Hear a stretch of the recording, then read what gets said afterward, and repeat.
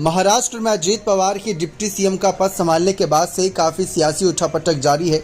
इसी कड़ी में लगातार महाराष्ट्र नवनिर्माण सेना के अध्यक्ष राज ठाकरे ने भी इस मिलीजुली सरकार पर काफी ज्यादा निशाना साधा और शरद पवार को भी आड़े हाथ लिया और साथ ही साथ सुप्रिया सुले पर भी एक बड़ा ऐलान कर दिया। आप सभी को बता दें कि उन्होंने इस सरकार की आलोचना की, साथ ही उन्होंने मतदाताओं से भी इसी तरह की घटनाओं को रोकने की अपील की। ये बात राज ठाकरे मीडिया कर्मी के साथ इंटरव्यू में कहते नजर आए। राज ठाकरे ने यह भी कहा कि अगर कल को सुप्रिया सुले केंद्र में मंत्री बन जाएं तो कोई बड़ी बात नहीं। राज ठाकरे ने कहा कि दिन ब दिन राजनीति घिनौनी होती जा रही है। इन लोगों को मतदाताओं से कोई लेना देना नहीं है। ये लोग सब भूल गए हैं कि पार्टी के कट्टर वोटर क्या सोचेंगे। इस समय महाराष्ट्र में अपने स्वार्थ के लिए समझौता करने की होड़ मची है। राज ठाकरे ने कहा कि लोगों को इन बातों पर गंभीरता से सोचने की जरूरत है। राज ठाकरे ने यह भी कहा कि जल्द ही मैं एक सभा का आयोजन करूंगा। मुझे राज्य की जनता से बातचीत करनी है, तभी मैं हर सवाल का जवाब दूंगा।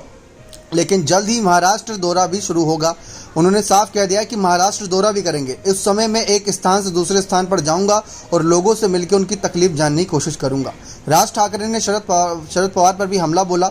उन्होंने कहा कि शायद पवार कहते हैं कि अजीत पवार की बगावत से मेरा कोई लेना देना नहीं। राज ठाकरे ने कहा कि इस बात पर ध्यान देना जरूरी है कि शरद पवार चाहे कुछ भी कहें, दिलीप वलसे पाटिल, छगन भुजबल, प्रफुल्ल पटेल बिना उनकी अनुमति के यूं ही बीजेपी के साथ नहीं जा सकते। ये लोग बिना भेजे जाने वाले नहीं हैं। आप सभी को बता दें, राज ठाकरे ने यह भी कहा कि अगर कल सुप्रिया सुले केंद्र में मंत्री बन जाएं तो मुझे कोई आश्चर्य नहीं होगा। ये सब एक नाटक है जिसकी शुरुआत सुबह सुबह के शपथ समारोह से हुई थी। उन्होंने ये भी कहा कि अब महाराष्ट्र में कौन दुश्मन है और कौन दोस्त, ये सब कुछ नहीं रहा, क्योंकि जो दोस्त रहा करते थे वो दुश्मन बन गए और जो दुश्मन थे वो अब दोस्त मिलकर सरकार चला रहे हैं।